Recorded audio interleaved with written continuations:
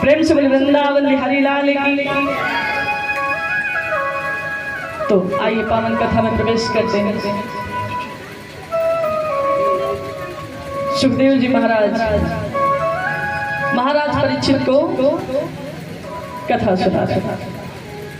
बड़ी सुंदर सुंदर कथाएं सुखदेव जी महाराज परीक्षित को श्रवण करा रहे हैं। अगला चरित्र आता है, बड़ी ही सुंदर कथा है, ध्रुव चरित्र। सुखदेव जी महाराज कहते हैं, महाराज परीक्षित बताए, एक बार भगवान नारायण शेष शैया पर लेटे विश्राम कर रहे थे। उसी समय भगवान नारायण ने अपने माया के त्रिगुणों को फैलाया और अपने नाभि से कमल की उत्पत्ति की। और जब नाभि से कमल की उत्पत्ति की तो उस कमल से ब्रह्मा जी प्रकट हुए। और जब ब्रह्मा जी प्रकट हुए तो आज ब्रह्मा जी सोच रहे मैं कहाँ आ गया, और ये कमल का अंत इसका कहाँ तक है। ब्रह्मा जी कमल के अंत का पता लगाना चले, और जब पता लगाने चले तो नरकुल के द्वारा चलते जा रहे, लेकिन उस कमल का अंत कहीं पर था ही नहीं। चलते थक गए, लेकिन उस कमल का अंत कहीं पर नहीं मिला महाराज। जैसे बहुत लोग कहते हैं कथा खत्म हो गई, तो महाराज कथा कभी नहीं खत्म होती, कथा तो अथाह है। भगवान के चरित्र जितनी महीना साल चाहे जब तक कहते जाओ कभी खत्म नहीं होती। हाँ, कथा की वाणी को विराम दिया जाता है। अब ब्रह्मा जी जब कमल के अंत का पता लगाना चले तो उस कमल के अंत का कहीं पर पता था ही नहीं, अंत कहीं पर था ही नहीं। ब्रह्मा जी बाहर निकल कर बैठे, नेत्रों को बंद कर लिया। तो ब्रह्मा जी को दो शब्द सुनाई पड़े, ता और पा, यानी कि तप करो। तब ब्रह्मा जी ने तप किया तो भगवान नारायण के दर्शन हुए। जब भगवान नारायण के दर्शन हुए तो भगवान नारायण ने आदेश किया कि जाओ सृष्टि का निर्माण करो। ब्रह्मा जी ने इत्यादि ऋषियों को उत्पन्न करते हैं, लेकिन ऋषिगण आगे सृष्टि को नहीं बढ़ा पाए। सुखदेव जी महाराज कहते हैं, महाराज परीक्षित ब्रह्मा जी इत्यादि लोगों को उत्पन्न करते हैं। दाहिने कंधे से मन, बाएं कंधे से शत्रुपा जी को उत्पन्न किया। उन्हीं मन शत्रुपा के वंशज में महाराज उत्तानपाद हुआ। और महाराज उत्तानपाद उनकी पत्नी का नाम है देवी सुरुचि। अब महाराज उत्तानपाद अपने राज्य को बड़े ही नियम से चलाते। महाराज उत्तानपाद के राज्य में किसी प्रकार की कोई कमी नहीं थी, लेकिन कहते हैं बहुत सुंदर सा राजपाट है, लेकिन महाराज ना तो धन की कमी, ना दौलत की कमी, किसी भी चीज की कमी नहीं। लेकिन महाराज कहते हैं ना, घर में चाहे जितना सब कुछ भरा हो, लेकिन बच्चों के बगैर पूरा घर सोना लगता है। अब महाराज उत्तानपाद बैठे हैं, उनकी पत्नी बैठी, धीरे धीरे करके आधी उम्र व्यतीत होने वाली। आज महाराज उत्तानपाद से उनकी पत्नी कहने लगी, स्वामी अब कोई चाहे आप हो या हम, आप राजा हैं और मैं आपकी रानी, तो हम दोनों अमर होके तो आए नहीं, किसी न किसी दिन हमें जाना पड़ेगा। जो आया है उसे जाना पड़ेगा, चाहे वो धनवान हो, चाहे वो बलवान हो, लेकिन जो इस धरा पर आया है उसे जाना पड़ेगा। कोई अमर होके नहीं है हमारा। देवी आज अपने पति से कहने लगी, स्वामी हमारे संतान नहीं और हमारे चले जाने के बाद हमारे इस राज्य का वारिस कौन बनेगा, हमारे इस राज्य को कौन चलाएगा, हमारे राजपाट का कौन चिराग बनेगा जो मेरे राजपाट को चलाएगा। महाराज ऐसी बातें सुनकर वो भी दुखी हो गए, क्योंकि सुखदेव जी महाराज कहते हैं, महाराज परीक्षित, महाराज उत्तानपाद बड़े ही सरल स्वभाव के। जब देवी उनकी पत्नी इस प्रकार से कहने लगी, महाराज उत्तानपाद ने कहा, देवी जो कुछ भी है हमारे प्रभु के आदेशानुसार, हमारे प्रभु की जो कृपा होगी, हमारे प्रभु जो करेंगे वही होगा। कोई अपनी ताकत के बल से कोई कुछ नहीं कर सकता। हमने पहले ही दिल बताया था कि जो कुछ करते हैं हमारे प्रभु करते हैं, हम और आप कुछ नहीं कर सकते। एक एक कदम चलते हैं ना, वो भी अपने प्रभु की आज्ञा से। और जिस दिन हमारे प्रभु की आज्ञा खत्म, उसी दिन हम लोग एक दो कदम क्या, एक कदम आगे नहीं बढ़ा सकते। सुखदेव जी महाराज कहते हैं, महाराज परीक्षित, जैसे कहते हैं हमारे प्रभु मर्यादा पुरुषोत्तम भगवान श्री राम, वो तो स्वयं भगवान है, लेकिन लोग पुत्र के लिए परेशान रहते हैं। और एक माँ, चाहे पुत्र हो या पुत्री, जब ठंडक आती है तो माँ क्या करती, गीले बिस्तर पे वो खुद सोती है, सूखे बिस्तर पे अपने पुत्र को सुलाती है कि मेरे पुत्र को कहीं, मेरी पुत्री को कहीं कोई ऐसी दिक्कत ना हो। एक माँ अपने पुत्र का मल मूत्र साफ करती है, उसका लालन पालन करके उसे सयाना करती है। तो बहुत बेटा होते हैं, अपने माता पिता का अनादर करते हैं, लेकिन ऐसा कदापि नहीं करना चाहिए। मर्यादा पुरुषोत्तम भगवान श्री राम स्वयं वो परम पिता है, लेकिन प्रातः काल उठते ही भगवान श्री राम माता पिता और गुरु के चरणों को प्रणाम करते हैं। बाबा जी ने रामचरितमानस में लिखा और बताया है क्या कि प्रातः काले उठ के रघुनाथ, मात पिता गुरु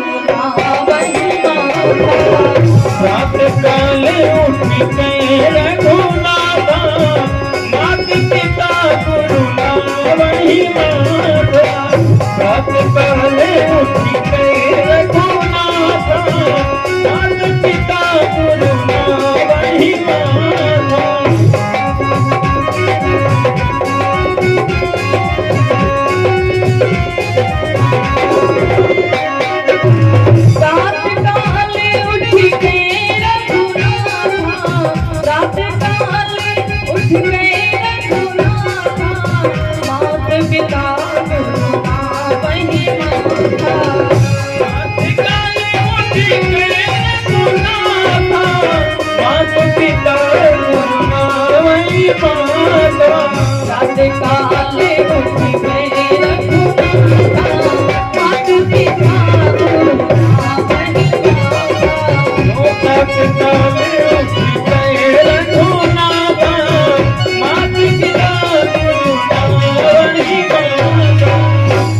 भगवान श्री राम प्रातः काल उठते ही अपने माता पिता और गुरु को प्रणाम करते हैं।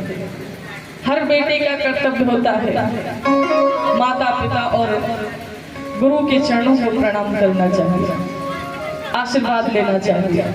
लेकिन आजकल अगर कुछ लोग चरणों को छूते भी हैं तो महाराज जानते हो कैसे, घुटनों तक ही झुक के रह जाते हैं। हाँ, चरणों तक पहुंचते ही नहीं।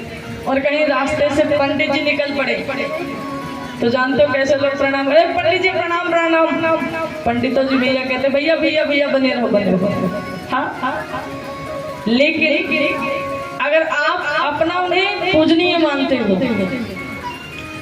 तो जब तक हम चाहे माता हो या पिता हो या गुरु हो या हमारे कोई संत हो, ब्राह्मण हो, कोई भी उनके अंगूठों को छूकर प्रणाम करना चाहिए। हाँ, जिससे आपको पूरा आशीर्वाद मिलेगा। और घुटनों तक नहीं छूना चाहिए। अगर घुटनों को छूते हैं तो महाराज घुटने में कौन है तो आप ही लोग जानते हैं।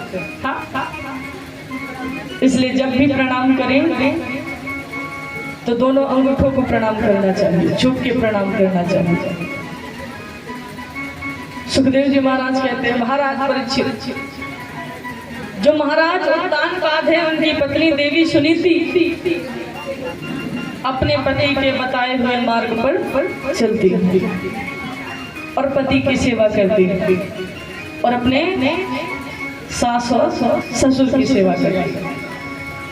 आजकल महाराज कुछ ही घरों में लोग अपने सास ससुर की सेवा करते हैं। आधे लोग ऐसे हैं कि अपने सास ससुर की बातों को बड़ी बड़ी कड़वी बातें मानते हैं। हाँ, हमने कई जगह देखा कोई सम्मान नहीं महाराज। लेकिन जो अपने सास ससुर माता पिता का अपमान करते हैं, अनादर करते हैं, तो उनके चले जाने पर तभी उन्हीं लोगों को पितृदोष लगता है। हाँ, उन्हीं को पितृदोष लगता है। इसलिए आप अपने माता पिता, सास और ससुर सबकी सेवा करनी चाहिए।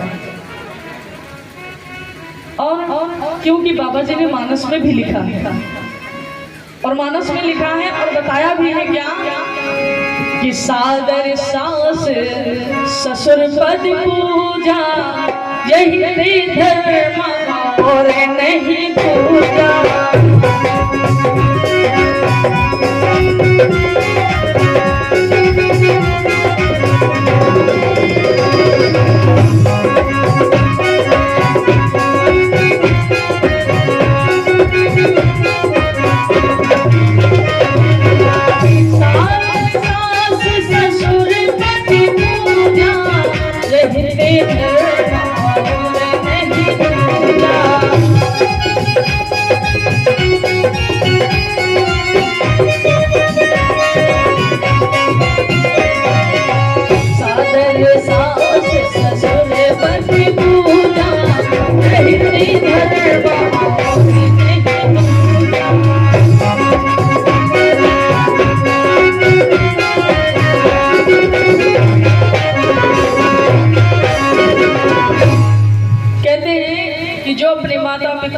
ससुर सेवा करते हैं, इससे बड़ा धर्म कोई और हो ही नहीं सकता महाराज। चाहे जितने भी तीर्थ स्थान घूम कर चले आओगे, लेकिन अगर अपने घर में जो हमारे माता पिता सास ससुर की सेवा नहीं करते हैं तो वो सब व्यर्थ है महाराज। सुखदेव जी महाराज कहते हैं, हे महाराज परीक्षित, कहते हैं संध्या के समय अपने घर में दीपक जरूर जलाना चाहिए। शाम के समय कभी भी अपने घर में कोई ऐसी कलह नहीं मचानी चाहिए। बहुत लोग होते हैं पूरा दिन आराम से बढ़िया सोते हैं, खाते हैं, लेकिन जैसे ही शाम होगी वैसे ही हमारा चालू हो जाते हैं। उन घर में दरिद्रता प्रवेश करती है महाराज।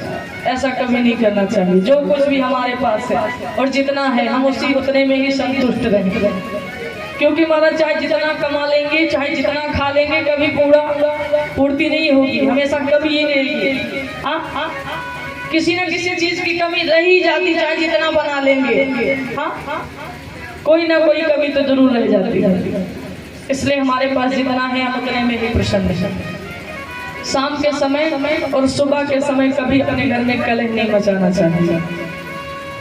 हाँ, शाम के समय अपने घर के सुंदर से मंदिर में दीपक जलानी चाहिए और भगवान के नाम का स्मरण करना चाहिए।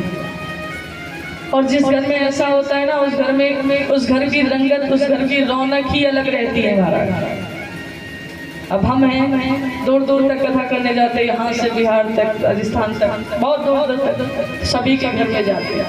तो इतना तो कुछ नहीं, लेकिन महाराज थोड़ी बहुत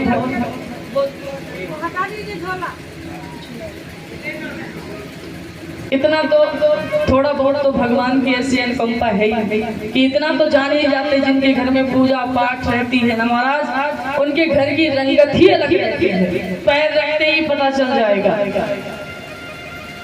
तो इसलिए भगवान का भजन और भगवान की पूजन ज्यादा नहीं, अपने घर के कार्यों से जब आपको फुर्सत मिले तब भगवान का भजन, और शाम के समय निकाल कर अपने घर में दीपक जलानी चाहिए। उस घर में हमेशा सुख शांति रहती है। और महाराज उत्तानपाद जो उनकी पत्नी देवी सुनीति है, वो पुत्र नहीं है, लेकिन बड़ी शांति के साथ अपने स्वामी के साथ अपना जीवन व्यतीत कर रहे हैं। लेकिन धीरे धीरे करके जब आधी उम्र व्यतीत हो गई, तब थोड़ा सा दुख हुआ। क्यों दुख हुआ? क्योंकि महाराज आज देवी सुनीति के मन में ऐसा प्रश्न बार बार उठ रहा है कि हम और हमारे स्वामी जब दोनों के चले जाने के बाद हमारे राज्य का वारिस कौन बनेगा,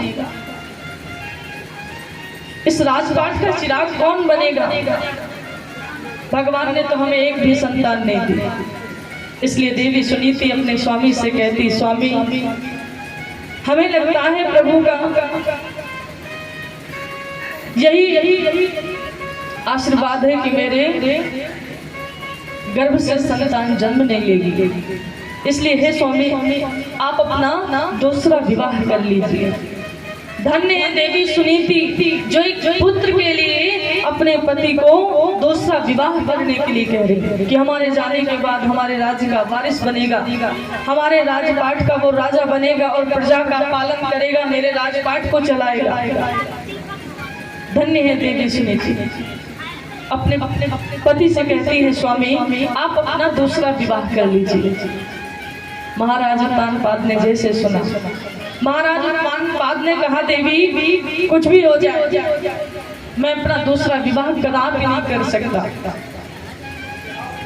भले ही मेरे संतान ना हो, लेकिन मैं अपना विवाह कभी नहीं कर सकता।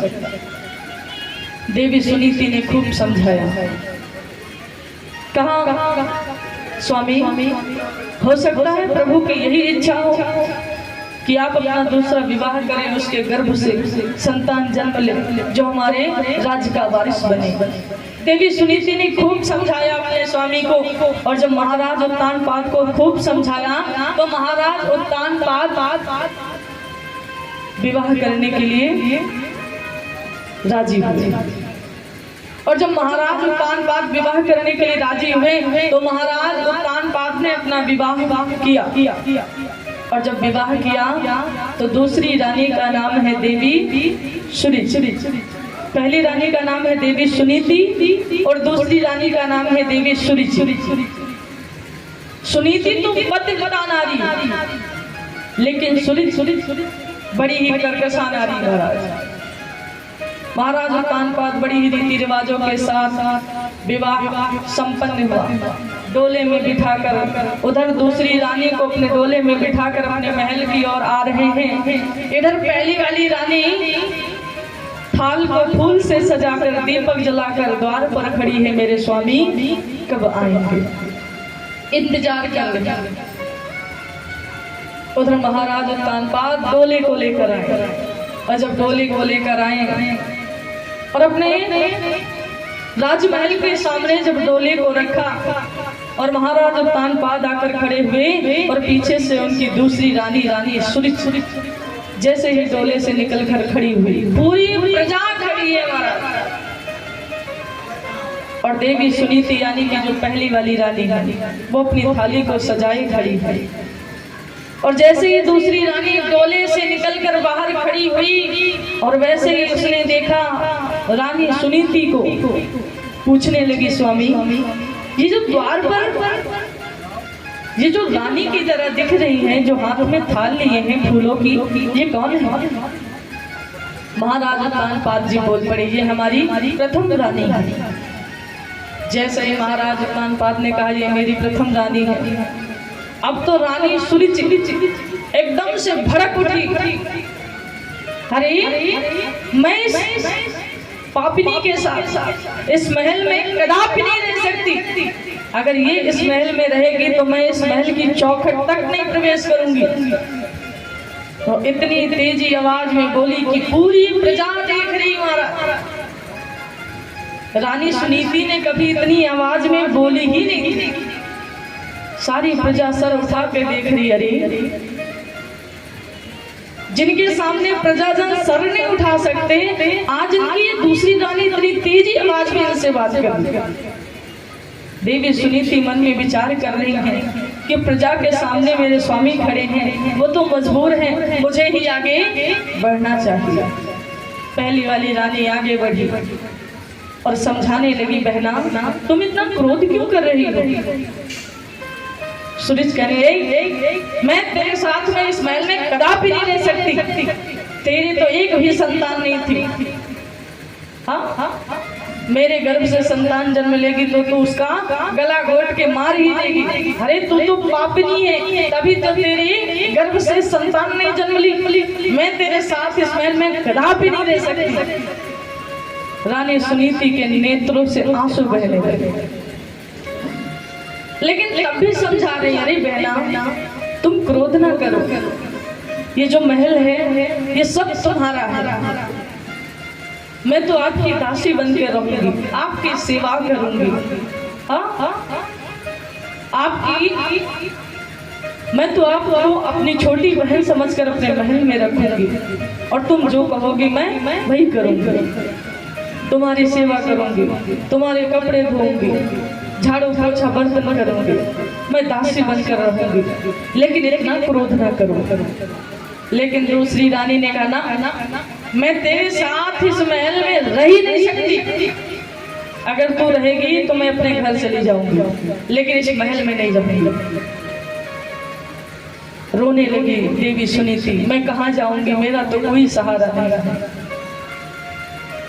दूसरी रानी कहने लगी, अगर तुझे रहना है तो तू जाके खेतों में रह, खेतों में झोपड़ी बना ले। हाँ, और उसी झोपड़ी में रहो, खेतों की रखवाली करना, लेकिन महल में कभी दिखाई ना देना। अब जैसे इस प्रकार से कहती है देवी सुनीति, कहती है ठीक है, अगर तुम्हारी यही इच्छा है तो ठीक है, लेकिन तुम प्रसन्न होकर इस महल में प्रवेश करो। मैं अगर महल में प्रवेश करूंगी तो तू इसी जगह से खेतों की ओर जा। ये भी मंजूर कर लेती है पहली वाली रानी सुनीति। सुखदेव जी महाराज कहते हैं, महाराज परीक्षित धन्य है ऐसी नारी जो आज एक पुत्र के लिए अपना सब कुछ त्याग कर बैठी है।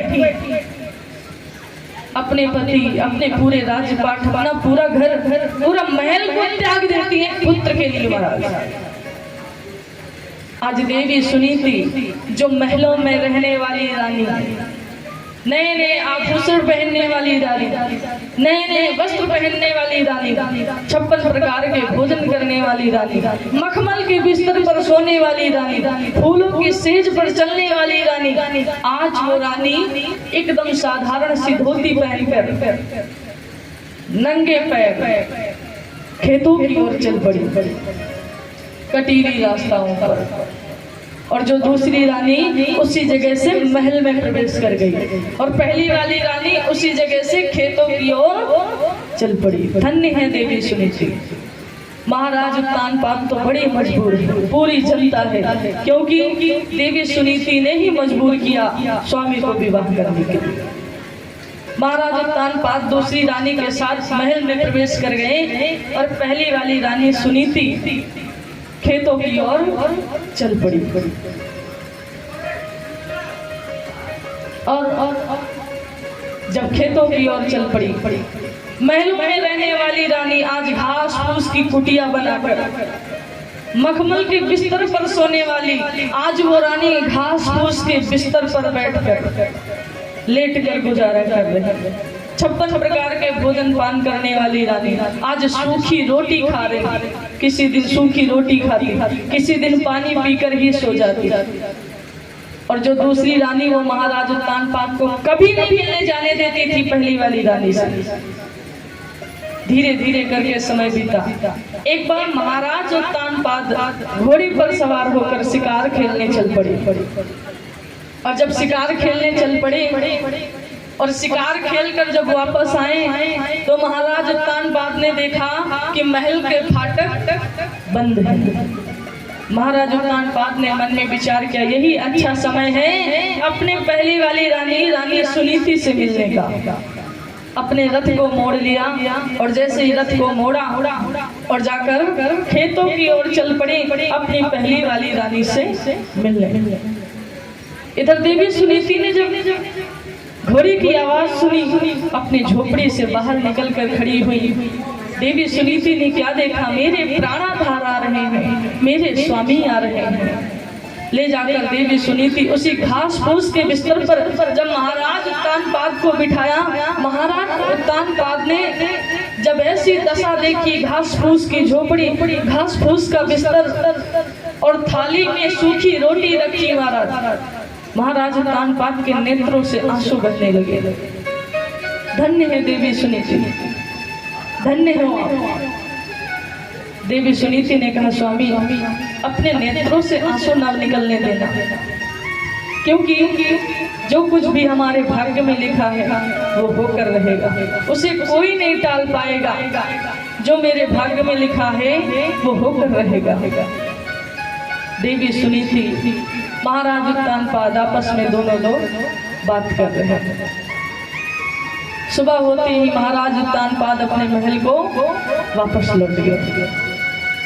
सुखदेव जी महाराज कहते हैं, महाराज परीक्षित धीरे धीरे करके समय बीता। और जब समय बीता तो भगवान की लीला को तो देखिए, भगवान की अनुकंपा को तो देखिए। भगवान के ऐसे आशीर्वाद हुआ, ऐसा आशीर्वाद हुआ कि महाराज आज दोनों रानियां गर्भवती हैं।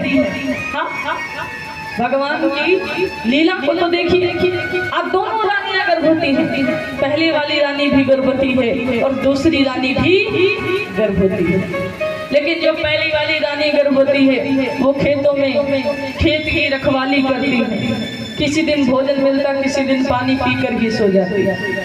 दूसरी वाली रानी बढ़िया मखमल के बिस्तर पर लेटी रहती, चारों तरफ से दासियां लगी हैं सेवा में।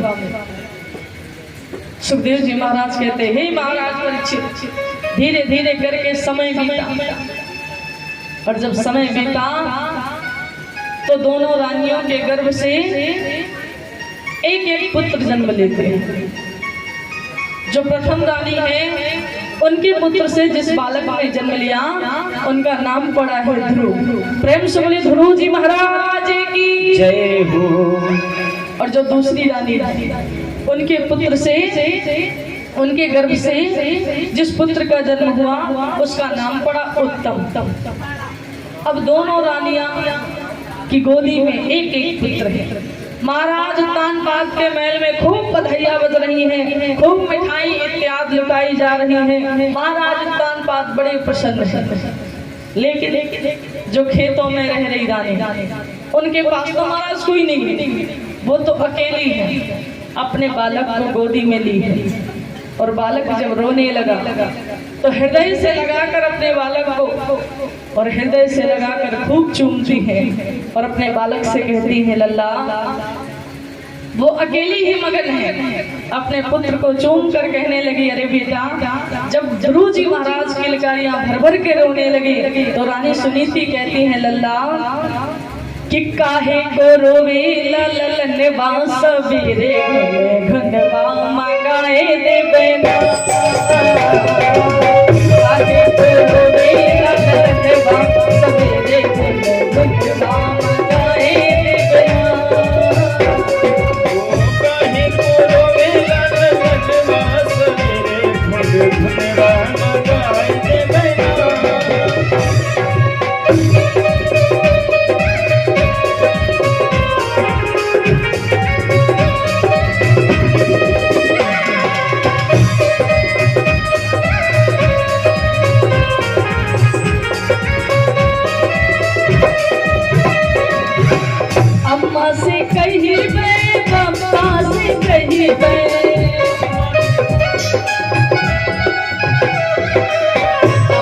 से कहीं बे, पापा से कहीं बे, अम्मा से कहीं बे, पापा से कहीं बे, मौसी से कहीं ललन बास मेरे पापा जाए बेटा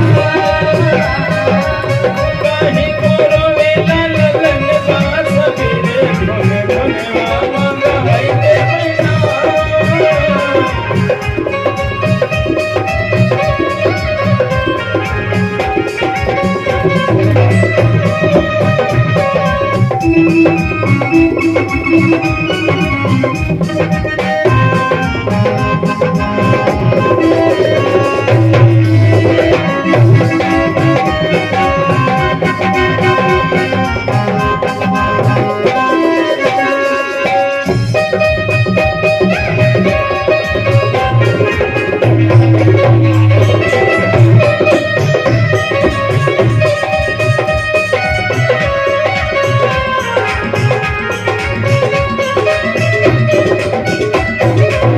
पापा से कहीं बे, दादी से कहीं बे, पापा से कहीं बे, दादी से कहीं बे, दादा से कहीं बे, दादी से कहीं बे, बाबा से कहीं बे, दादी से कहीं बे, चाची से कहीं लालन वास मेरे मामा गाए रे बेटा दादी से कहीं ललन बास मेरे धुन धुनवा मंगाई दे बेटा। काहे को रोवेला ललन वास मेरे धुनवा मंगाए रे बेटा काहे को रोवेला ललन बास मेरे धुन धुनवा मंगाई दे बेटा।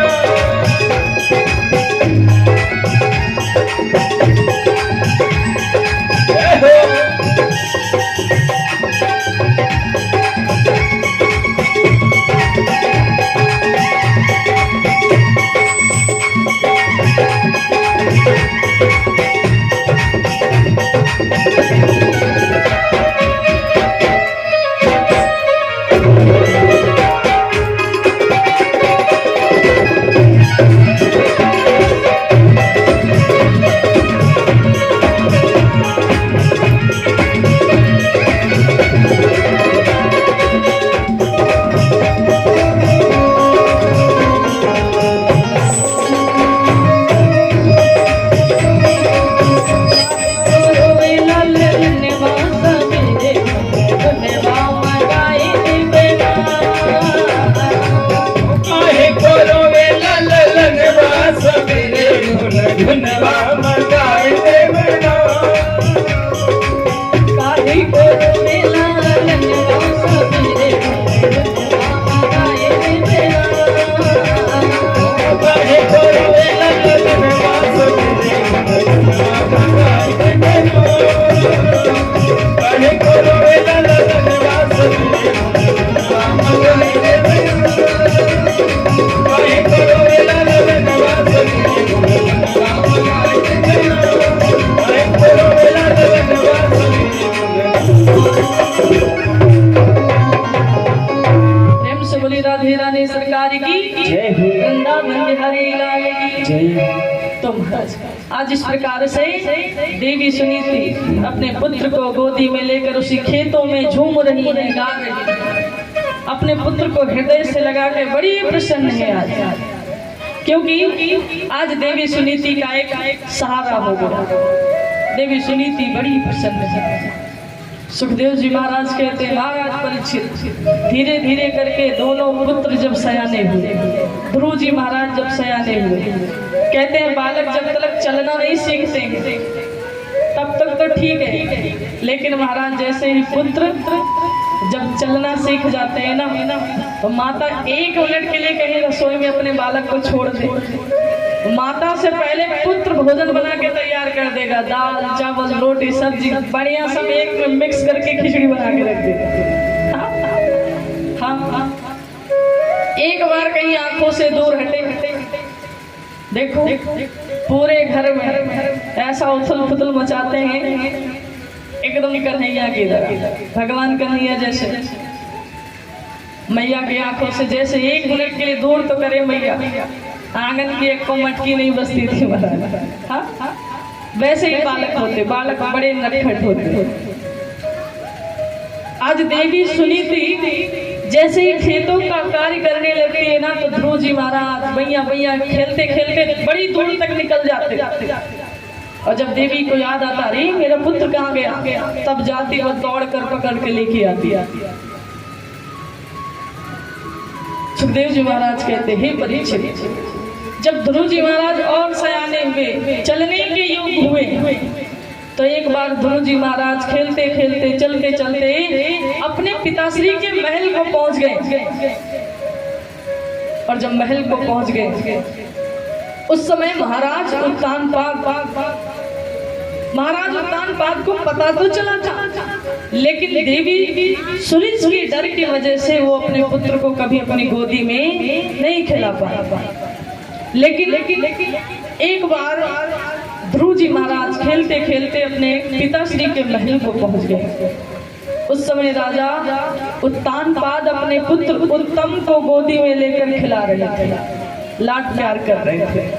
उसी समय ध्रुव जी महाराज पहुंचे।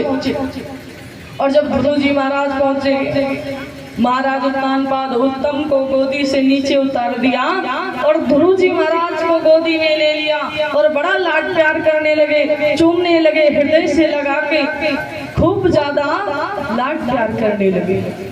और ये सारा दृश्य उनकी दूसरी पत्नी रानी सुरिच ऊपर छत पे खड़ी महाराज देख रही थी। उसने क्या देखा, अरे मेरे पुत्र को गोदी से नीचे उतार दिया और उस भिखारी के पुत्र को अपनी गोदी में ले लिया, दौड़ती हुई आई। और जैसे ही दौड़ती हुई आई, ध्रुव को महाराज उत्तानपाद की गोदी से छीन लेती है, जमीन पे पटक दिया। है दुष्ट वाले, अगर अपने पिताश्री के गोदी में खेलना था तो मेरे गर्भ से जन्म लेता, चले जाओ, दोबारा दिखाई ना देना मेरे महल में। 2-3 चाटा लगा दिया। ध्रुव जी महाराज उठकर खड़े हुए, आंखें मींज कर रोने लगी और रोते रोते अपनी मैया की ओर चल पड़े, अपनी माता की ओर चल पड़े। और इधर जब रोते रोते आकर पहुंचे, देवी सुनीति ने जब अपने पुत्र को रोते हुए देखा, महाराज बड़ी व्याकुल हो गई, दौड़ कर आई, अपने पुत्र को गोदी में ले लेती। अच्छा, एक बात और है, माता अपने पुत्र को चाहे जितनी तेज मारे, चाहे जितनी कठिन सजा दे, लेकिन अगर उनके पुत्र को कोई अगला मार दे तब बड़ी पीड़ा होती है। क्योंकि वो माँ सोचती है, न जाने कितनी तेजी से मेरे पुत्र को मारा होगा। लेकिन एक माँ जब अपने पुत्र को मारती है तो वो जानती है कितनी तेज उसे चोट लगेगी। अब देवी सुनीति बड़ी तेजी से दौड़ी, अपने पुत्र को गोदी में ले लेती है। बेटा, तुमको किसने मारा है, तुम क्यों रो रहे हो? ध्रुव जी महाराज तूतली बाड़ी से कहने लगे, मैया हमको छोटी माँ ने पटक दिया है और महल से भगा दिया है और कहा है अपने पिता की गोदी में खेलना है तो मेरे गर्भ से जन्म लेता। ध्रुव जी महाराज कहते हैं, मैया हमारा और आपका अपमान क्यों करते हैं, क्यों नहीं महल में आने देते हैं? आज रानी सुनीति अपने पुत्र को समझाने लगी, बेटा अगर तुम्हें परमपिता अपने पिता की गोदी में खेलना है तो उस परमपिता की गोदी की तलाश करो जिसकी गोदी में पूरा संसार खेलता है। ध्रुव जी महाराज कहते हैं, मैया लेकिन छोटी माँ ने मुझे मारा क्यों अपमान किया? ध्रुव जी महाराज अपनी मैया से कहते हैं, मैया कि छोटी माँ ने हमको पटका किया अपमान हमारा, ऐसा क्यों अपमान माँ हमारा तुम्हारा ऐसा क्यों अपमान माँ हमारा तुम्हारा।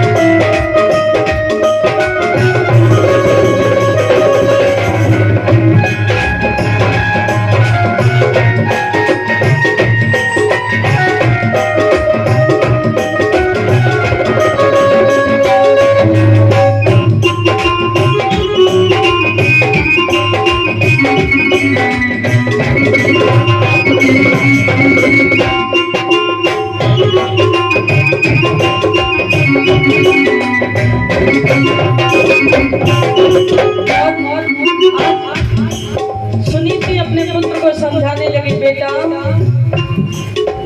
बेटा इन महलों को छोड़ के वन को जाओ,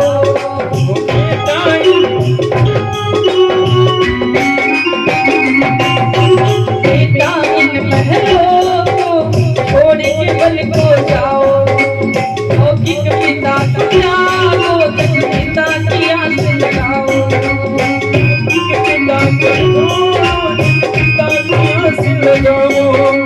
जिनकी गोदी में पलता है धरती अंबर सारा, ऐसा क्यों अपमान हमारा तुम्हारा, हमारा ऐसा क्यों अपमान हमारा तुम्हारा, तुम्हारा हमारा, ऐसा क्यों अपमान हमारा तुम्हारा, तुम्हारा।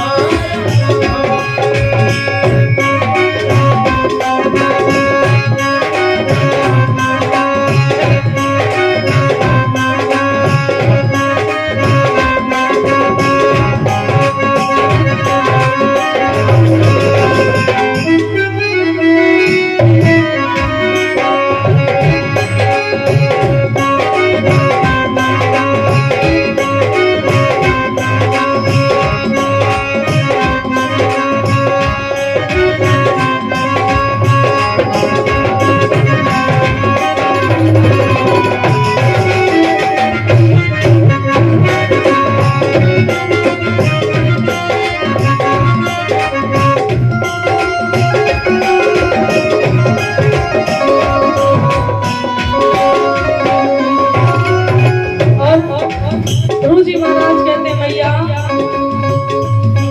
तुम रहो यहीं पे मैया, अब मैं वन को हो जाता,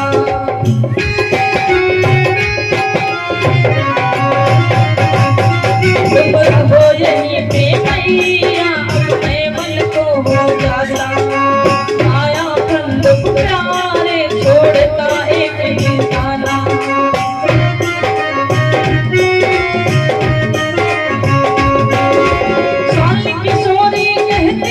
तो हरि राम लो सहारा, ऐसा क्यों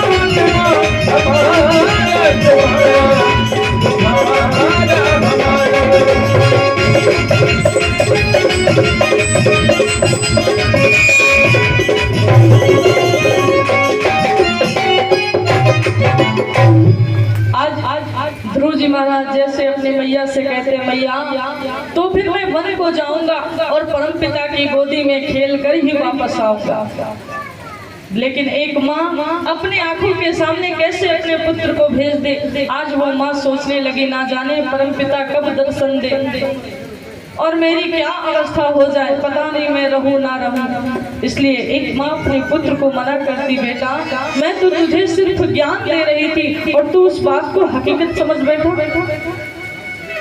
लेकिन ध्रुव जी महाराज कहते मैया अब तो मुझे परम पिता की गोदी में खेलना है।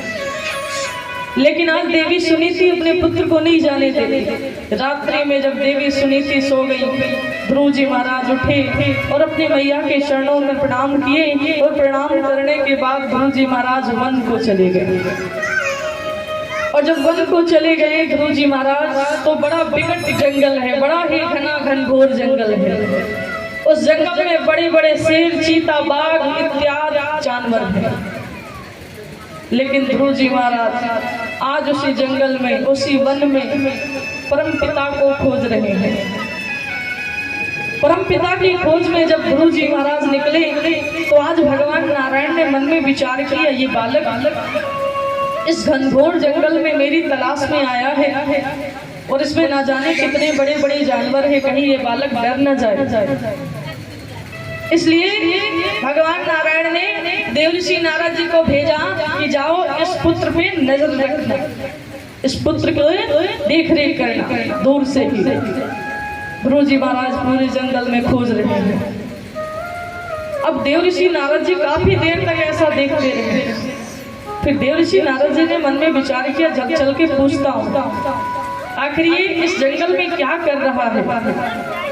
ध्रुव जी महाराज पहुंचे और कहने लगे, ध्रुव जी के पास पहुंचे देवऋषि नारद जी और जाकर कहने लगे, अरे बेटा तुम इस जंगल में क्या कर रहे हो। ध्रुव जी महाराज कहते हैं, मैं तो अपने परम पिता की खोज में आया। देवऋषि नारद जी कहते हैं, परम पिता ऐसे थोड़ी ना मिलेंगे, बड़ी कठिन तपस्या करनी पड़ती है, तब जाके परम पिता मिलेंगे। ध्रुव जी महाराज कहते, कैसे। कहा, पहले तुम हमें अपना गुरु मानो और मैं आपको गुरु मंत्र दूंगा और तुम बैठकर उसी मंत्र का जाप करना और परम पिता दौड़े चले आएंगे। ध्रुव जी महाराज देवऋषि नारद जी को अपना गुरु मानते हैं। देवऋषि नारद जी ध्रुव जी महाराज को 12 अक्षर का मंत्र देते हैं। ध्रुव जी महाराज देवऋषि नारद जी मंत्र देने के बाद वहां से चले गए और ध्रुव जी महाराज आसन लगाकर बैठ गए और उसी मंत्र का जाप करने लगे। कौन से मंत्र का जाप करते हैं, आइए हम और आप सभी लोग उस मंत्र का जाप करेंगे। मीठी ताली को बजाते हुए सभी लोग बोलेंगे और ध्रुव जी महाराज कौन से मंत्र का जाप कर रहे हैं, आइए हम और आप सभी लोग साथ में गाएंगे कि ओम नमो भगवते वासुदेवाय, ओम नमो भगवते वासुदेवाय, ओम नमो भगवते वासुदेवाय, ओम नमो भगवते वासुदेवाय, वासुदेवाय प्रभु नंद नंदनाय, प्रभु नंद नंदनाय, ओम नमो भगवते वासुदेवाय, ओम नमो भगवते वासुदेवाय।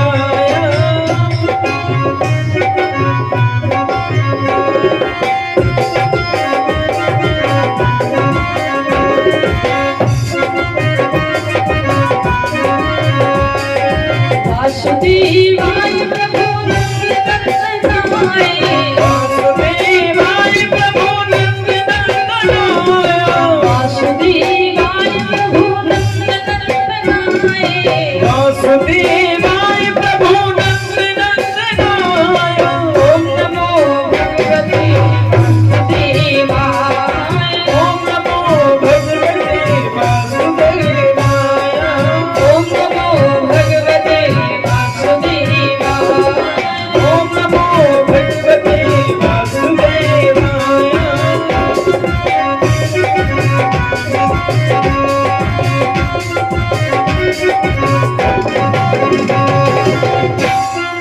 प्रेम से बोले नारायण भगवान की।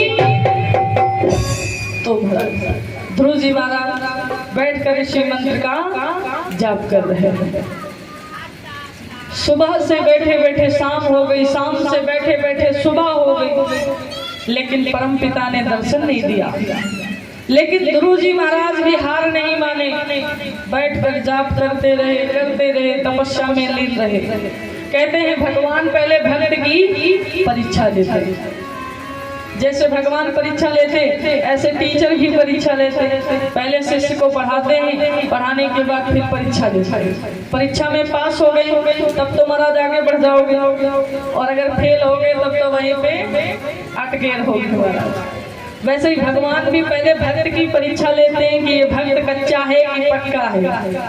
भगवान ने ध्रुव जी महाराज की परीक्षा ली, और कैसे परीक्षा ली, तेजी से आंधी तूफान चला दिया, बारिश होने लगी, बिजली कड़कने लगी, बादल गरजने लगे। लेकिन ध्रुव जी महाराज उसी बारिश में बैठे तपस्या कर रहे। ओम नमो भगवते वासुदेवाय, ओम नमो भगवते वासुदेवाय, ओम नमो भगवते वासुदेवाय। ध्रुव जी महाराज बिल्कुल भी नहीं डरे। भगवान बड़े प्रसन्न हो गए। ध्रुव जी महाराज को दर्शन देते हैं। आकर प्रकट हो गई, बेटा ध्रुव नेत्र खोलो, देखो तुम्हारा परमपिता परमेश्वर तुम्हारे सामने खड़ा है। लेकिन ध्रुव जी महाराज अपने उसी मंत्र में लीन है। ध्रुव जी महाराज को कुछ नहीं सुनाई दे रहा, बस अपनी तपस्या में लीन है, मंत्र में लीन है। भगवान ने मन में विचार किया, बालक अभी बहुत छोटा है, नादान है, हमें खुद गोदी में लेना चाहिए। भगवान ने ध्रुव जी महाराज को गोदी में ले लिया और गोदी में लेकर बैठ गए। कहते बेटा ध्रुव देखो तुम तो अपने परमपिता की गोदी में बैठे हो। ध्रुव जी महाराज जैसे ही नेत्र खोलते हैं, जब ध्रुव जी ने नेत्र खोला तो क्या देखा कि ध्रुव जी महाराज तो अपने परमपिता की गोदी में बैठे। भगवान कहते क्या मांगना चाहते हो मांगो, किस लिए तुमने इतनी कठिन तपस्या किया और क्या चाहिए मांगो। ध्रुव जी महाराज बड़ा सुंदर सा जवाब देते हैं। ध्रुव जी महाराज क्या कहते हैं कि जब मैं अपने परम पिता की गोदी में बैठा हूं तो मुझे किसी भी चीज की आवश्यकता नहीं है। भगवान ऐसी वाणी को सुनकर बड़ी प्रसन्न हो गए। जब कुछ मांगना नहीं था तो इतनी कठिन तपस्या क्यों किया। ध्रुव जी महाराज कहते हैं कि आज मैं जिस स्थान पर बैठा हूं इसके लिए लोग ना जाने कितने वर्षों तक तपस्या करते हैं। मैं तो सिर्फ आपके चरणों का आशीर्वाद लेने के लिए, आपकी गोदी में खेलने के लिए मैंने इतनी कठिन तपस्या किया। भगवान नारायण बड़े प्रसन्न हो गए। भगवान नारायण कहते हे ध्रुव हम तुम्हें अचल पिता का राज दे रहे हैं, यानी कि हम तुम्हें ध्रुव लोक में स्थान दे रहे हैं। भगवान नारायण ऐसा वरदान ध्रुव जी महाराज को, ऐसा स्थान ध्रुव जी महाराज को देकर वहां से गमनित हो गई, यानी कि गायब हो गए। ध्रुव जी महाराज परमपिता की गोदी में खेल लेने के बाद अपनी मैया के पास आते हैं, अपनी माता के चरणों में प्रणाम किया। आज माता ने अपने पुत्र को देखा, बड़ी प्रसन्न हो गई, हृदय से लगा लिया। ध्रुव जी महाराज अपनी मैया को लेकर अपनी छोटी माँ से मिलने गए, और जब छोटी माँ से मिलने गए तो धीरे धीरे करके उनकी छोटी माँ के भी समझ में आ गया।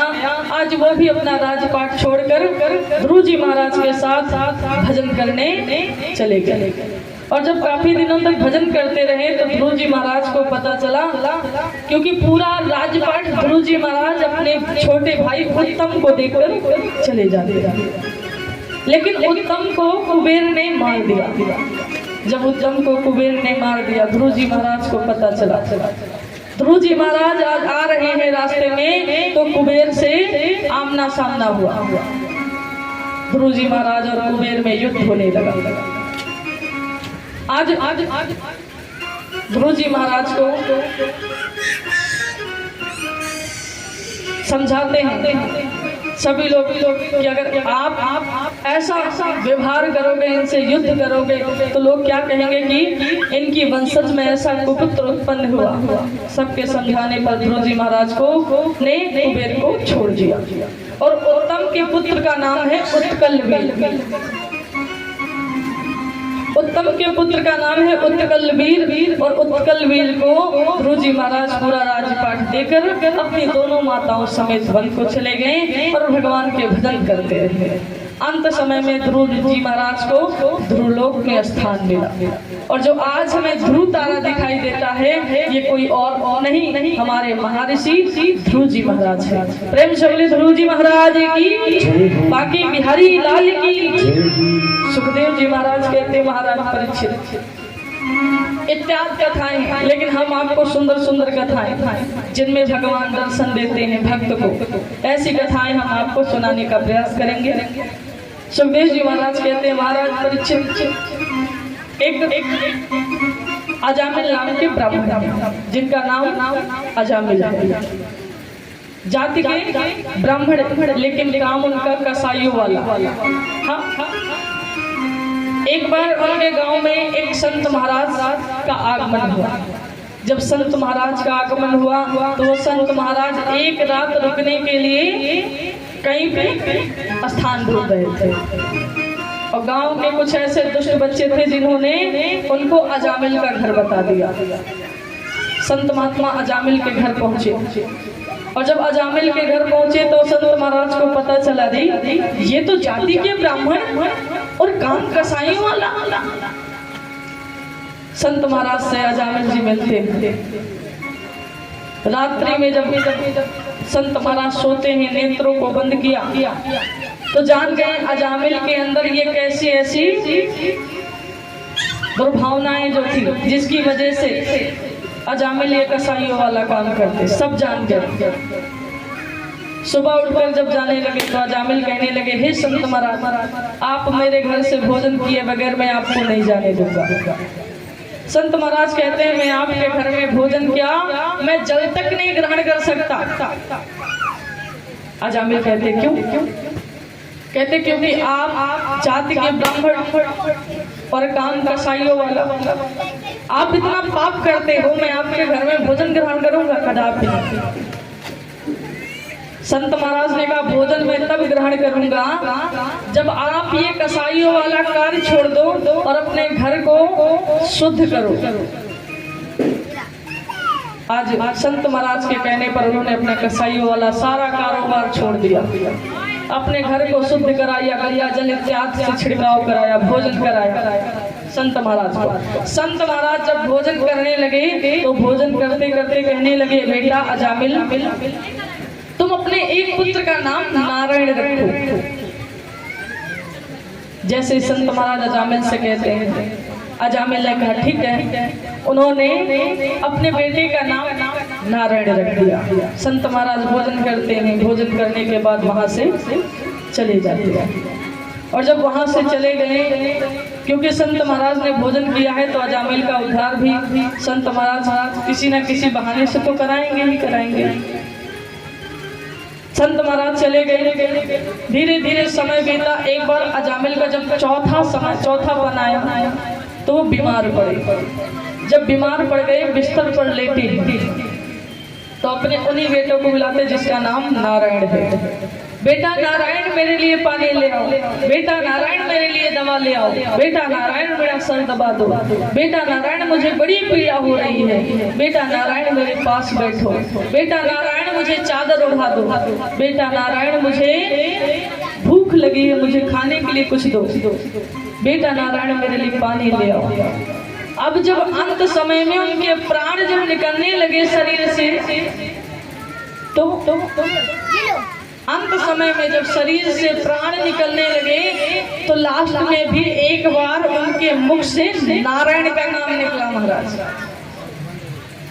जैसे कहे बेटा नारायण, वैसे उनके प्राण निकल गए। और जैसे प्राण निकले तो अजामिल कसाईयों वाला कार्य करते थे, इसलिए अजामिल को यम के दूत लेने चल पड़े।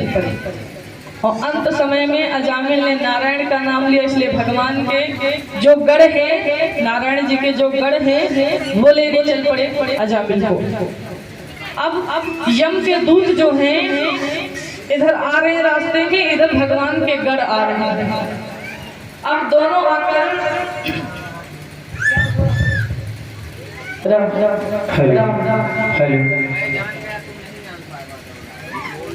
राम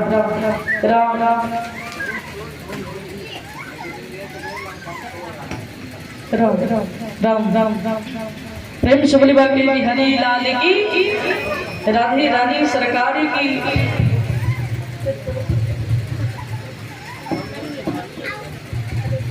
राम राम राम राम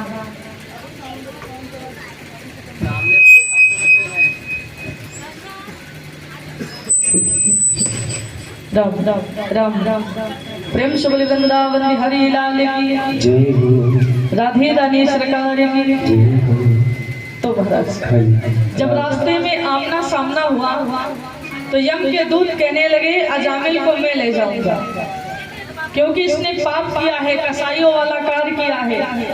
भगवान के गढ़ कहने लगे ना, अंत समय में इसने मेरे प्रभु का नाम लिया है, इसलिए हम इसे ले जाएंगे।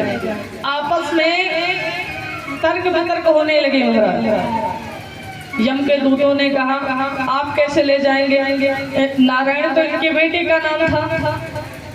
भगवान के गढ़ कहने लगे इनका बेटा तो अब पैदा हुआ, और जब इस दुनिया में कोई नहीं था तब से हमारे प्रभु नारायण का नाम है, इसलिए हम इसने अंत समय में मेरे प्रभु का नाम लिया है, इसलिए आप इसे नहीं ले जा सकते। अंत समय में जो मेरे प्रभु का नाम लेता है वो मेरे प्रभु के धाम को जाता है, इसलिए हम आपको इसे नहीं ले जाने देंगे।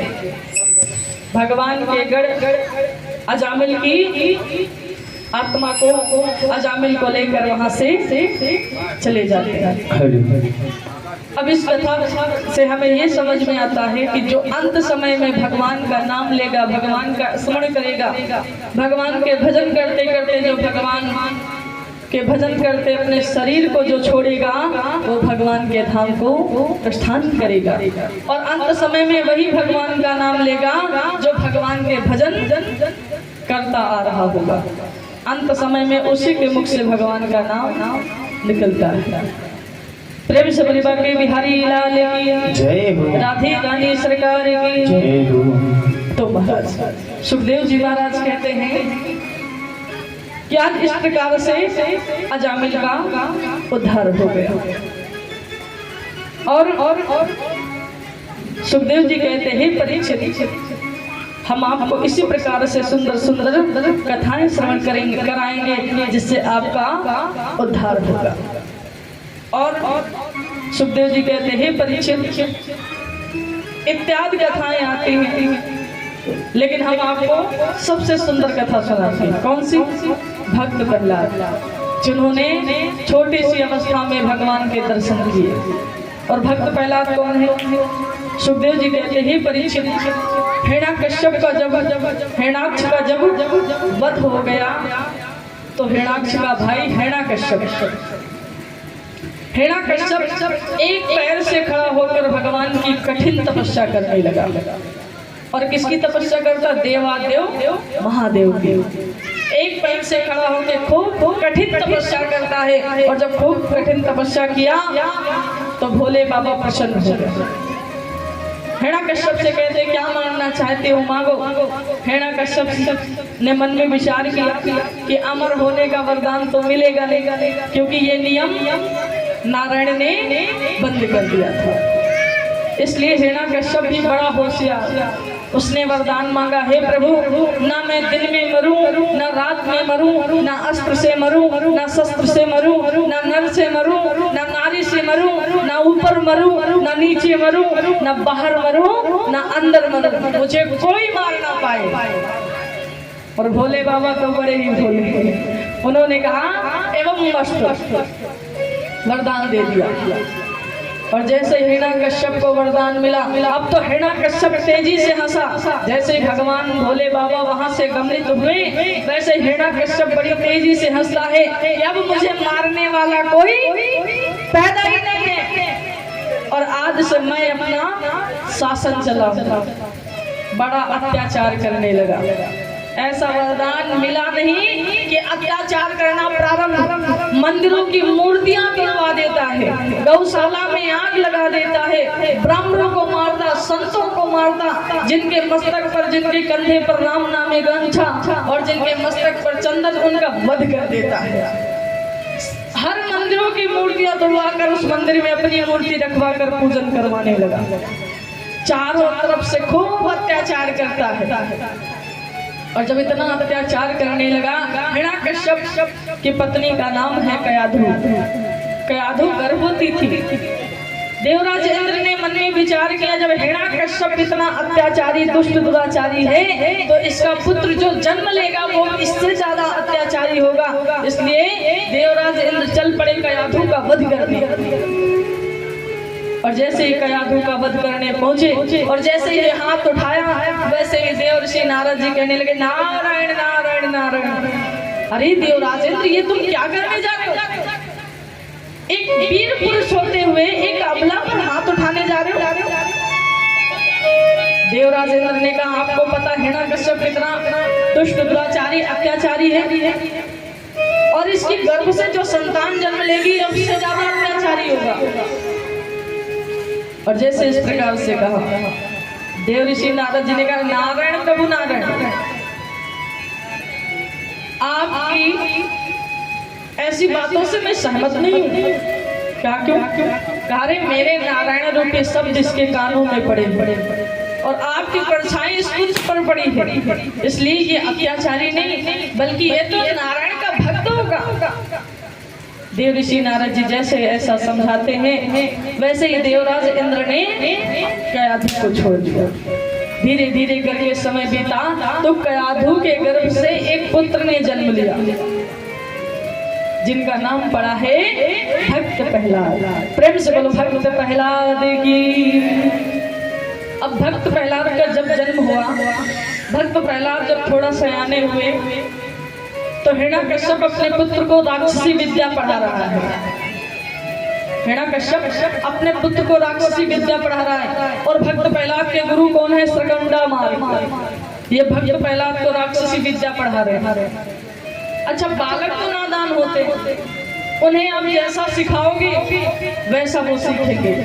बालक बोलना चालू किया, अगर आप माता कहना उसे सिखाओगे तो वो माता कहेगा, और मम्मी कहना सिखलाओगे तो मम्मी कहेगा। हाँ, दादी कहना सिखाओगे तो दादी कहेगा। हाँ, अम्मा कहना सिखाओगे तो अम्मा कहेगा। आप जो सिखाओगे अपने पुत्र को वैसा वो सीखेगा। सभी के 3 गुरु होते हैं। कौन कौन? सबसे पहले गुरु पुत्र के कौन होते हैं? उनके माता और पिता, जो बोलना सिखाते हैं। दूसरे गुरु कौन है? जो हमें पढ़ना, जो शब्दों का ज्ञान देते हैं। हाँ, जो पढ़ना सिखाते हैं, जो हमें शब्दों का ज्ञान देते हैं। और सबसे बड़ी उपाधि कौन किसकी है? जो हमें गुरु मंत्र देते हैं, जो अंधकार से निकालकर प्रकाश में लाए, जो भगवान के मार्ग की रास्ता बताए। सबसे बड़ी उपाधि उन्हीं गुरु की होती है। तो सभी के तो 3 गुरु हैं, पहले माता पिता, दूसरे जो हमें शब्दों का ज्ञान दे, और तीसरे जो हमें भगवान की रास्ता, भगवान की राह दिखाए। अब ध्रुव जी महाराज पाठशाला पढ़ने जाते, राक्षसी विद्या पढ़ते। हर रोज की तरह एक बार ध्रुव जी महाराज रास्ते में जब पाठशाला जा रहे हैं तो एक बार ध्रुव जी महाराज जी ने क्या देखा कि एक कुम्हारिन है, यानी कि एक बूढ़ी माँ है जो मिट्टी के बर्तनों को बनाती है। उसने मिट्टी के बर्तनों को बनाया और अग्नि में पकाने के लिए रखते हैं। तो वो बूढ़ी माँ उन बर्तनों को अग्नि में पका रही थी। अब एक मटके में बिल्ली के बच्चे थे। अब उसे पता नहीं चली, अग्नि में उसे रख दिया और उसी मटके के अंदर वो बच्चे थे, वो अग्नि में जल गए। और जब अग्नि बुझी, जब उस बूढ़ी माँ ने उस मटके को निकाला और क्या देखा, नहीं इसमें तो बिल्ली के बच्चे थे। ऐसा देख के वो बूढ़ी माँ रोने लगी, विलाप करने लगी, हे नारायण, मैंने कोई जानबूझ के इतना बड़ा पाप नहीं किया, हमसे तो ये अनजाने में हो गया। अब उसी समय भक्त प्रहलाद जा रहे थे पाठशाला पढ़ने। भक्त प्रहलाद ने देखा ये बूढ़ी माँ रो क्यों रही है, क्या कारण है? भक्त प्रहलाद ने पूछा, हे बूढ़ी माँ, तुम क्यों रो रही हो, क्या कारण है? बूढ़ी माँ कहती, बेटा मुझे पता नहीं था, इस मटके में बिल्ली के बच्चे थे और मैंने इसे अग्नि में रखने के लिए पकाया तो ये बिल्ली के बच्चे जल गए। मैंने जानबूझ के कोई पाप नहीं किया, इसलिए मैं अपने प्रभु से क्षमा मांग रही हूँ। हे नारायण, मैंने कोई पाप नहीं किया। और जैसे बूढ़ी माँ ने नारायण का नाम लिया महाराज, वैसे ही भक्त प्रहलाद बोल पड़े, अरे बूढ़ी माँ, तुम किसका नाम ले रही हो? आपको पता ही नारायण कौन है? कहा, नारायण तो हमारे पिताश्री के शत्रु हैं। नारायण ने हमारे चाचा का वध किया था और उनका नाम कभी मत लेना। नारायण तो सभी के शत्रु होते हैं। अब देखिए, भक्त प्रहलाद को जैसा सिखाया गया, अब उनके अंदर वैसा ही ज्ञान है। उसी समय वो बूढ़ी माँ बोली, बेटा नारायण किसी के शत्रु नहीं होते, नारायण तो परमपिता परमेश्वर त्रिलोकीनाथ है। बूढ़ी माँ ने कहा बेटा अगर तुम्हें यकीन नहीं होता तो मैं आपको एक बात बताऊं। हमारे नारायण इतने दयालु है ना, इतने दयालु हैं कि वो मेरे बिल्ली के बच्चों को भी जीवित कर सकते हैं। भक्त प्रहलाद हंसने लगे, अरे बूढ़ी माँ ये कैसी बातें कर रही हो? भक्त प्रहलाद ने कहा ऐसा नहीं हो सकता। बूढ़ी माँ ने कहा बेटा तुम जाओ और कल इसी रास्ते से निकलना, देखना मेरे नारायण अगर हमने अपने जीवन में कोई पाप नहीं किया होगा और मेरे नारायण सच में मुझे अगर अपने चरणों का दास या दासी मानते हैं तो मेरी विनती जरूर स्वीकार करेंगे और इन बिल्ली के बच्चों को जरूर जीवित करेंगे। भक्त प्रहलाद ऐसा सुनते ही एकदम अनदेखा इन बातों को अनसुना करते हुए चले गए। इन बातों से कोई फर्क नहीं पड़ा। लेकिन महाराज अगले दिन जब उसी रास्ते से निकले भक्त प्रहलाद और भक्त प्रहलाद की नजर जब पड़ी, क्या देखा कि उस बूढ़ी माँ के द्वार पर अग्नि जल रही है और उसी अग्नि में बिल्ली के बच्चे उछल कर कूद कर खेल रहे हैं महाराज। अब भक्त प्रहलाद ने जैसे देखा, देखते ही आश्चर्यचकित रह गए। अरे ये बूढ़ी माँ तो सत्य कह रही। मेरी पिताश्री ने कहा नारायण शत्रु है, लेकिन नारायण शत्रु नहीं, नारायण तो भक्तों की विपदा को हरने वाले त्रिलोकीनाथ हैं। उसी दिन से भक्त प्रहलाद ने कहा हे बूढ़ी माँ आज से मैं भी नारायण का नाम लूंगा। भक्त प्रहलाद पहुंचे स्कूल में, पाठशाला में पहुंचे और सारे शिष्यों को बुलाया और सभी को बुलाकर कहने लगा सभी लोग मेरे साथ में गाओ कि श्रीमन नारायण नारायण नारायण।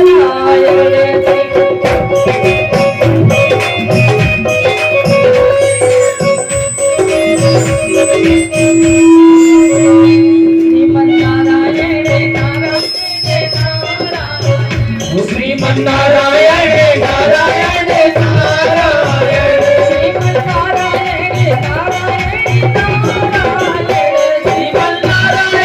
नारायण नारायण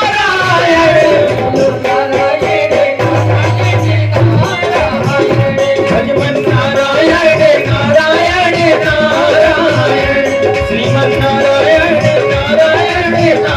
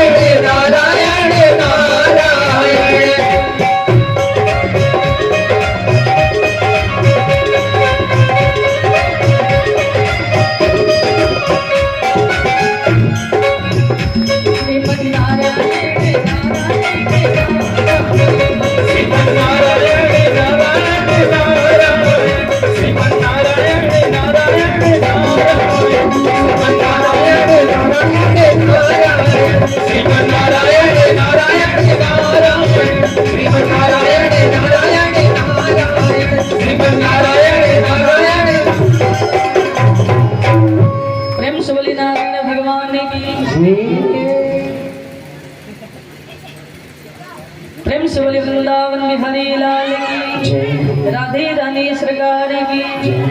तो आज इस प्रकार से सभी लोग जितने भी आश्रम के शिष्य थे सभी लोग नारायण नारायण का जाप करने लगे। उसी समय उनके गुरु आगे इस डंडा मारा, अरे दुष्ट बाल को तुम किसका नाम ले रहे हो? बड़ी तेजी से फटकार लगाया। भक्त प्रहलाद ने कहा हे गुरुदेव आप मुझे अच्छी शिक्षा ना दे करके मुझे राक्षसी विद्या पढ़ा के, गुरु का मतलब होता है अपने शिष्य को अंधकार से प्रकाश की ओर ले जाना। जो गुरु अपने शिष्य को अच्छी शिक्षा नहीं देते वो गुरु नर्कगामी होते हैं, क्योंकि बाबा जी ने मानस में लिखा है और बताया है क्या कि हर है शेष धन सो के नहारे, सो गुरु घोर नरक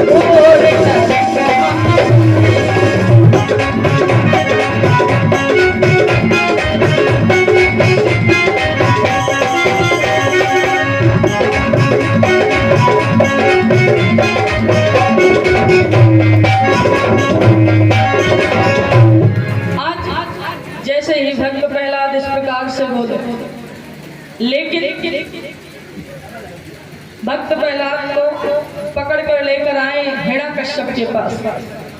गुरु श्रीकंडा मार के कहने लगे, अरे आपका पुत्र तो नारायण का नाम ले रहा है। हिरण्यकश्यप ने जैसे सुना, दुष्ट बालक, तू मेरे शत्रु का नाम ले रहा है, मैं तेरा वध कर दूंगा। आज के बाद नारायण का नाम कभी मत लेना। भक्त प्रहलाद बोल पड़े, पिताश्री नारायण किसी के शत्रु नहीं होते, नारायण तो परमपिता परमेश्वर है। जैसे इस प्रकार से कहा, भक्त प्रहलाद ने क्या किया, जैसे इस प्रकार से बोलते हैं वैसे ही हिरण्यकश्यप अपने पुत्र को ले जाकर नागों के बीच में छोड़ दिया। नागों के बीच में क्यों छोड़ा? क्योंकि ये डर जाएगा और नारायण का नाम लेना बंद कर देगा। लेकिन भक्त प्रहलाद को जैसे ही नागों के बीच में छोड़ा तो भक्त प्रहलाद के साथ नाग जो है इस प्रकार से खेलने लगे जैसे बच्चे खिलौने के साथ खेलते हैं। कोई फर्क नहीं पड़ा। सुखदेव जी महाराज कहते, परीक्षित एक बार हिरण्यकश्यप अपने पुत्र को बड़ी कठिन सजा देता है, बड़ी कठोर सजा देता है, लेकिन भक्त प्रहलाद तब भी नहीं माने। हिरण्यकश्यप ने होलिका को बुलाया और होलिका को बुलाकर कहा, मेरे पुत्र को ले जाकर गोदी में जल जाओ, मैं समझूंगा मेरा पुत्र था ही। जो मेरे शत्रु का नाम लेगा वो मेरा हो ही नहीं सकता। अब होलिका भी भक्त प्रहलाद को खूब समझाती है। भक्त प्रहलाद कहते हैं, अरे फुफुमा, पिताश्री ने सारी इच्छाएं पूरी कर ली, आपकी भी कोई इच्छा है तो पूरी कर लो।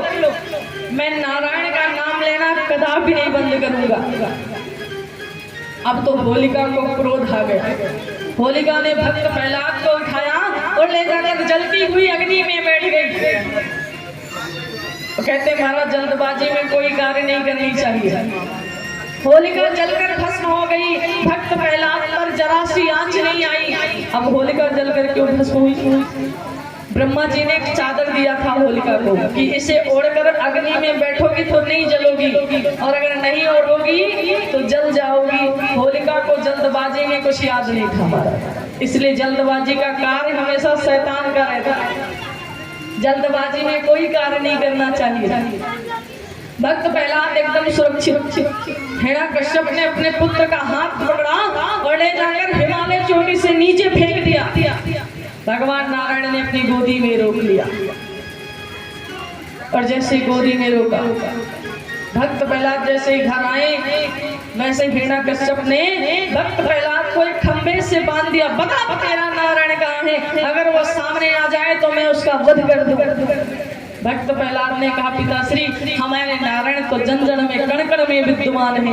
बताया भक्त प्रहलाद ने कहा, पिताश्री कि प्यारे से विष्णु सब में बसे हैं, मानो पिताजी कहा कण कण में हरि हरि में क्या पे सारा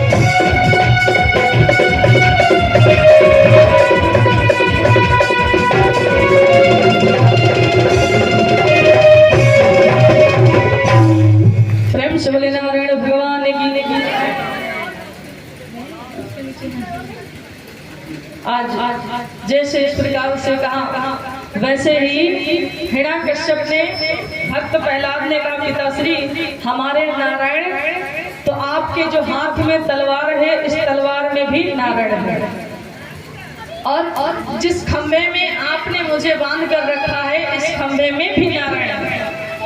और जैसे इस प्रकार से भक्त प्रहलाद ने कहा वैसे हिरण्यकश्यप अपनी तलवार को उठाया और जैसे ही खंबे पर वार किया वैसे ही नरसिंह भगवान प्रकट हो गए। प्रेम से बोली नरसिंह भगवान की।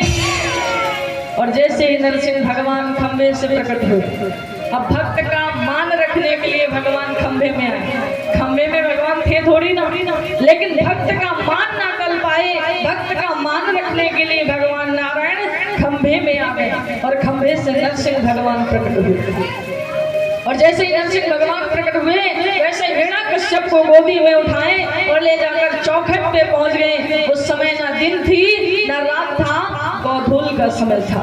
अधिक मास निकाल कर भगवान आए थे। ना भगवान के हाथों में अस्त्र है ना शस्त्र है, ना वो नर है ना नारी है, ना ऊपर है ना नीचे है, बीच में चौखट पे है।